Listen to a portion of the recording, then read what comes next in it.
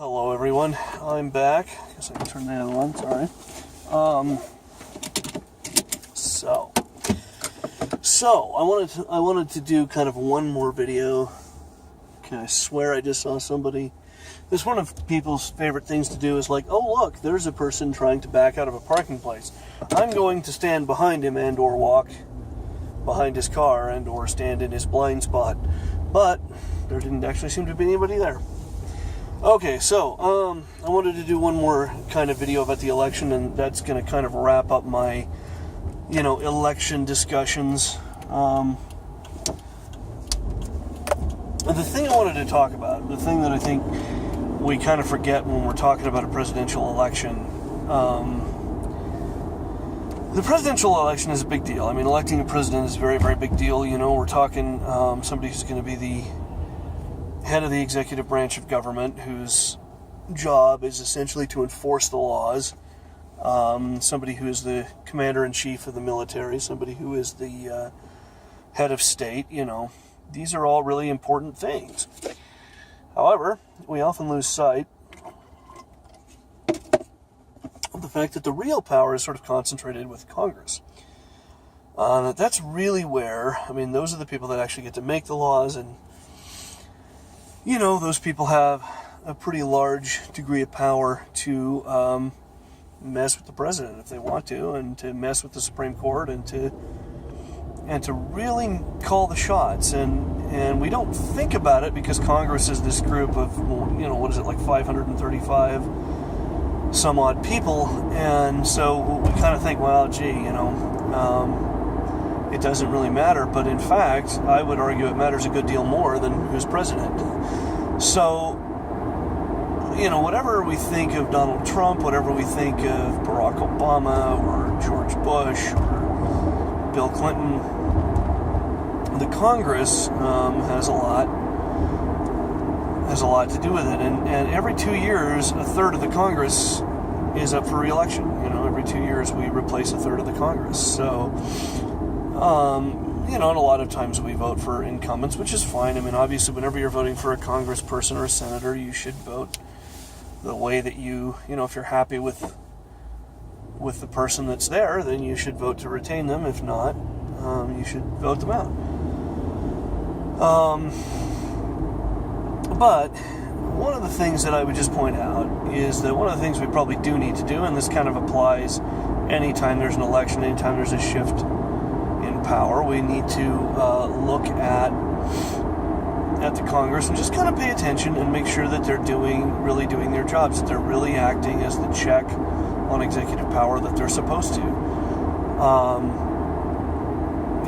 Just as for example, one of the things I was talking about yesterday was that Trump is, or at least one concern that I and a lot of people have about Trump, is that he's going to appoint, pro-life judges who will actively seek to overturn Roe versus Wade. Well, is the Senate going to allow that? Is the Senate going to vote yes on judges that will do that, or is the Senate going to say, well, we're going to vote for judges that will uphold the law and hope that we're on the right side of the law?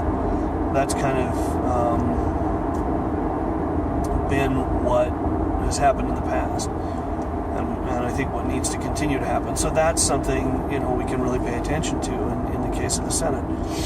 Well, I guess I think a lot of people are not too happy with Congress. They're not too happy with the way Congress has been doing things. I have some concerns about it, as I think everyone does. But again, just keep your eye on it. Keep voting for people that you think are going to move things in a positive direction. Make sure that you vote for people that are going to make sure that that the executive branch doesn't get to just do whatever it wants, because that's a really important thing. The balance of powers between the executive, the judicial, and the legislative branches is a really important thing.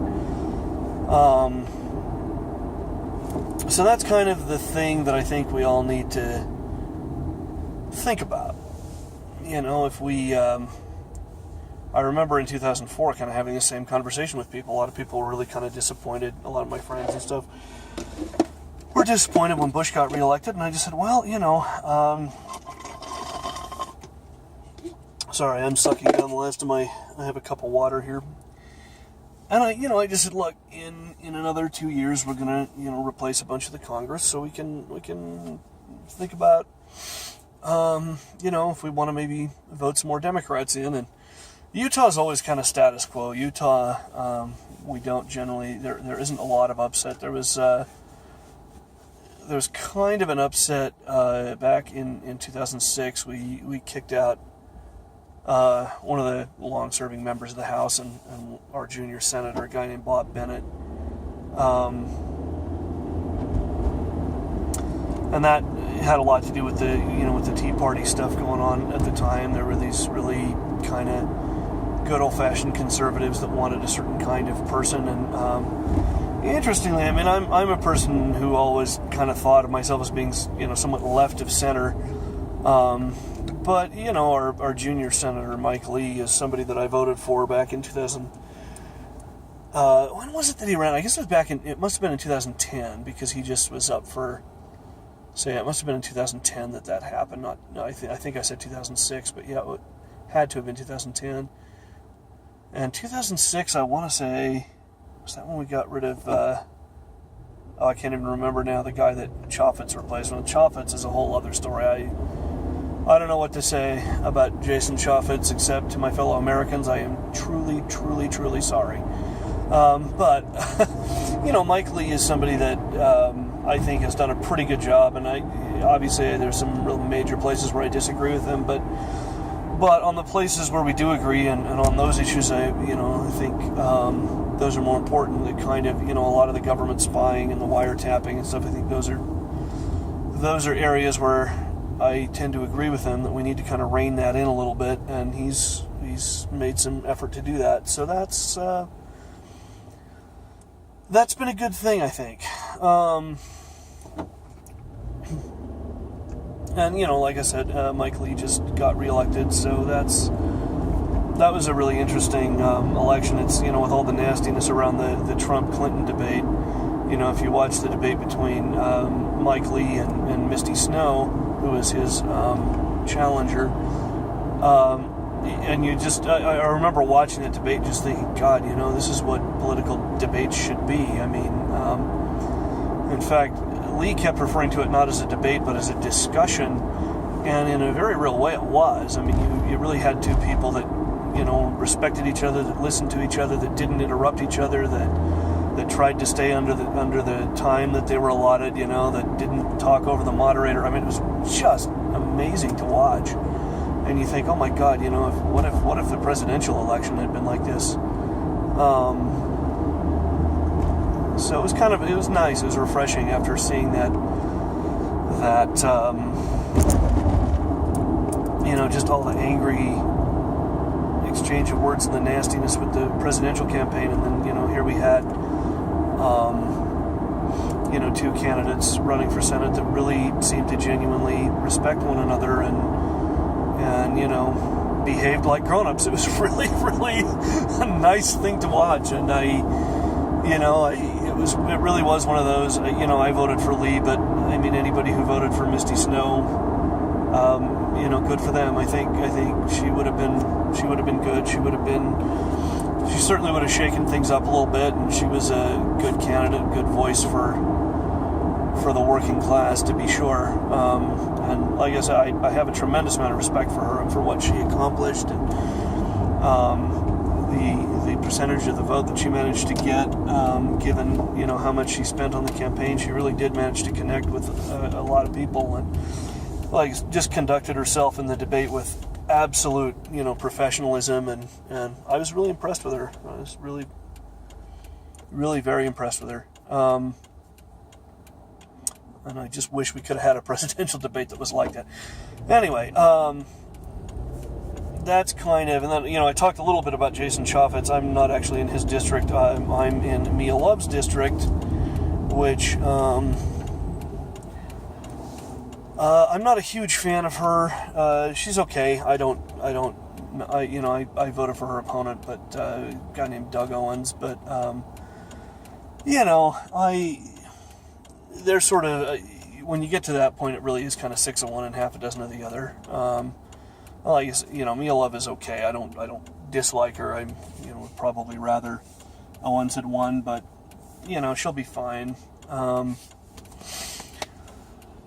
guess one of the concerns that I have is that the thing that happened during the Bush administration, the kind of rubber stamping of anything the president wanted to do, we just go along with, and it really bothered me because it was like, there are times when the legislature needs to kind of say, okay, whoa there, you're going too far, you can't do certain things, and I felt like under Bush that wasn't happening, and so that, I guess, is the thing, that I'm concerned with Trump, and that's the thing I think we really need to pay attention to. We need to kind of watch and make sure that the people in the Senate and the House are really doing their jobs.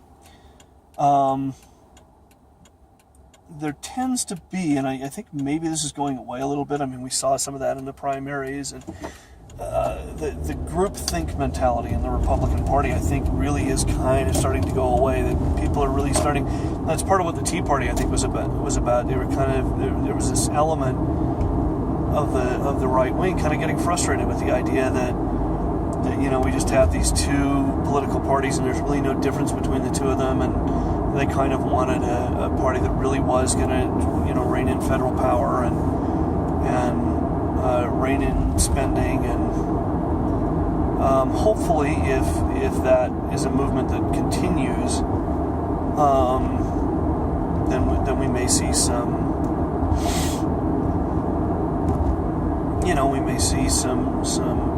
points where Trump tries to go too far, and the Congress says nope, we're not gonna let you do that.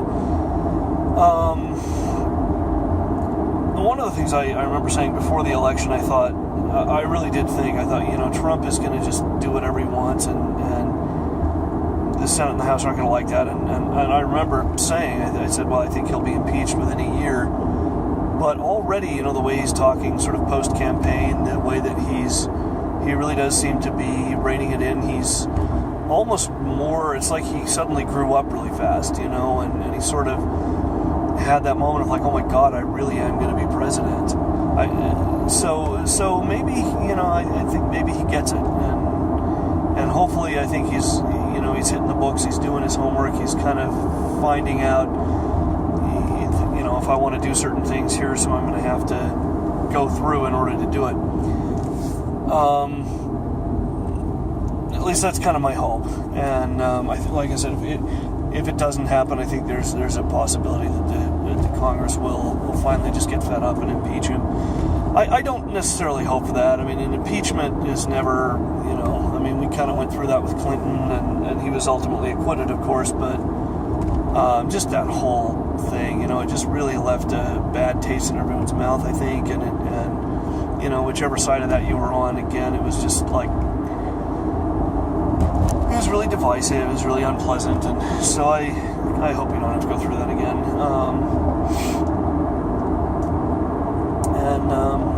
From here, all that's left is just kind of see how he does. See what he does, see if he's willing to work with Democrats, and he claims that he is. See if he's willing to work with the Congress in general. I think there's a perception that because both houses are Republican now, that Trump's going to have an easy time of it. We might see some interesting things happening, because like I said, the Republican Party, I think, is a little more splintered than it used to be. The Democrats kind of always been that way. The Democrats are always tearing each other's throats out. That's just how it works. But the Republicans are starting to get that way too a little bit. They're just kind of getting, like I said, that groupthink mentality that we sort of saw under Bush, I think, just is kind of going away.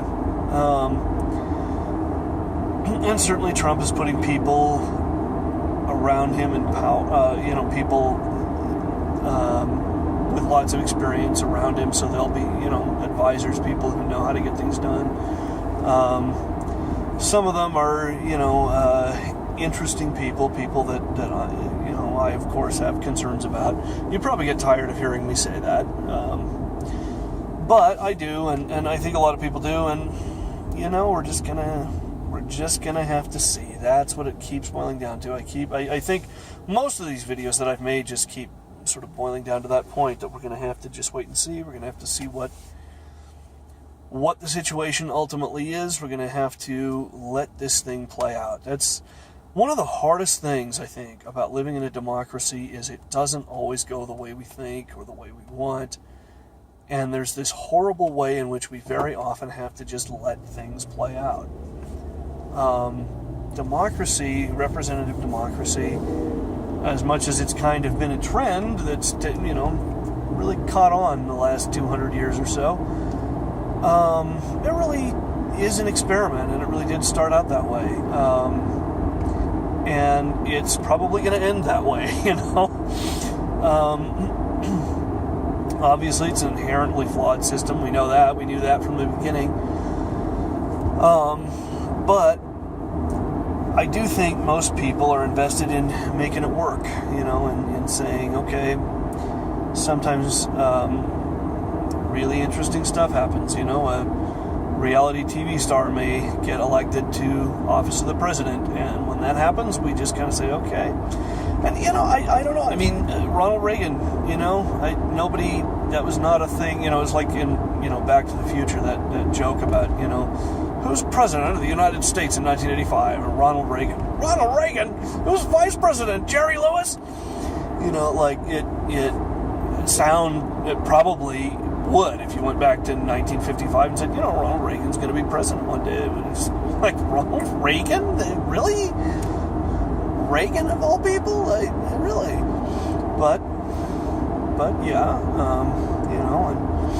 and heck, if you'd gone back to in the 80s and said Arnold Schwarzenegger is going to be governor of California one day, people would have, really, Arnold's going to be governor, huh? Well, we'll see how that goes. That's interesting. And certainly, if you'd gone back in the 90s and said, Donald Trump will be elected president one day, they'd laugh. They'd say, yeah, huh? But, here we are, folks. And, it's not always a bad thing. Sometimes these people surprise us. Sometimes this stuff happens. Al Franken got elected to the Senate, I mean, if Al Franken, of all people, can get elected to the Senate, just, guy on Saturday Night Live, and he gets elected to the Senate, well, okay. I mean, he was always kind of a political guy, but it's been years now, but that was something I didn't really see coming. So I guess the point is that we just don't always know. It can be really unpredictable, and it's hard. It's hard to just kind of grit our teeth and say, okay, well, that happened, so let's just, we definitely want to pay attention. We definitely want to make sure that things don't get too out of hand, but we just kind of have to see. Just kind of wait and see. What else can you do but wait and see? And it'd be really extraordinary to me. I'm kind of derailing here a bit, but it would be really extraordinary to me. What if it works? What if the Trump presidency works? What if somehow Donald Trump really manages to, in a way that no other politician has, sort of reinvigorate the economy and, actually get all of these things done that the politicians for years and years and years have been tearing each other's faces off over and not getting done. What if it works? And I really, really hope that it does. I really, really hope very much that it does. And if it doesn't, I think then we'll learn from it. It's like anything else. It's like anything else that happens. Sometimes you wind up in a situation where you say, well, this isn't quite the situation I had planned on or hoped for, but I'm going to try to learn from it and take away from it what I can. And that's what I think. That's sort of what will happen if these kinds of worst case scenario happen. I hope. So I guess that's it. I think that kind of wraps it up as far as my thoughts on the election. I probably didn't need to expand 3 whole videos or 4 or whatever I spent talking about it, but I wanted to just really vent about all this, and I think it exhausts me watching, you know, my fellow citizens tear each other's faces off. It always has. You know, we're just so hell-bent on hating each other, and I hope we can just get back to a place where we can be, I don't know, a little more civil, a little more, we can care about each other a little more. So I guess that would be, if I had one concluding thought, it's that. You know, I don't want to tear off anybody's face anymore. I'm tired of being told who to hate. I think everybody else is too. So let's just move on with it. And I think I'm going to leave it there for tonight. I've got a little bit of a drive before I'm going to hit this bar with an ex-coworker of mine. But I'm going to leave it there for tonight. And with that, I'm going to conclude it. And I will see you guys tomorrow.